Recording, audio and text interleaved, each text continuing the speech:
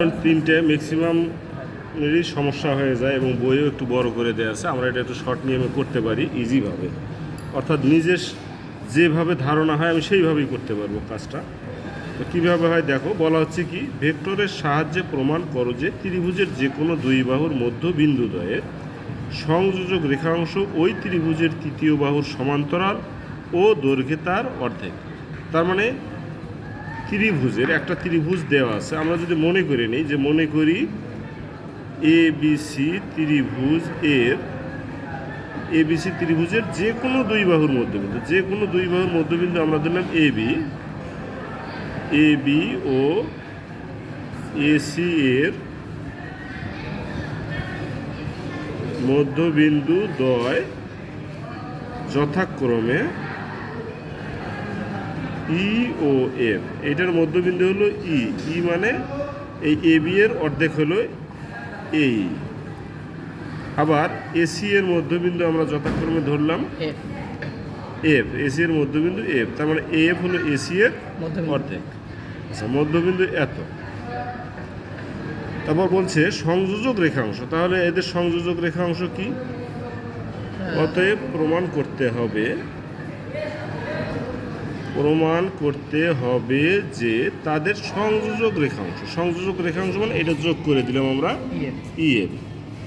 EF রেখা অংশ ওই ত্রিভুজের তৃতীয় বাহু কোনটা?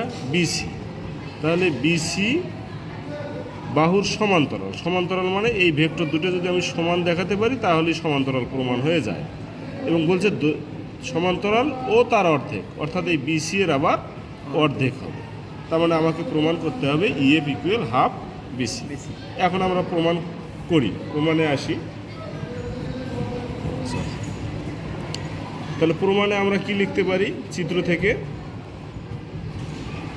চিত্র হতে লিখতে পারি ইএফ ভেক্টর।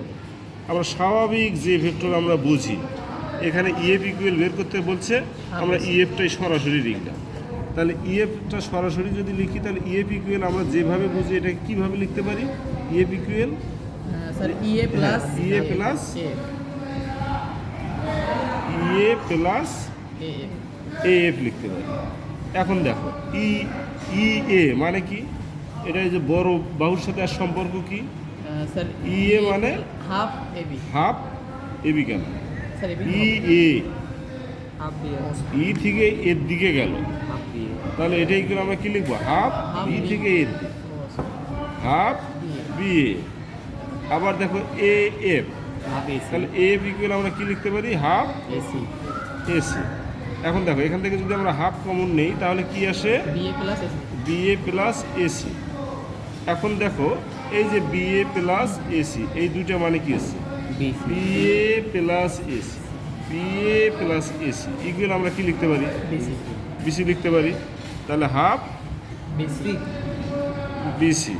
দেখো এই যে প্রমাণ আমার হয়ে গেল যে ইএফ ইকুয়াল হাফ বিসি, একদম ছোট্ট একটা বিষয়। তাহলে আমরা এখন কি লিখতে পারি? নাকি প্রমাণিত নাকি?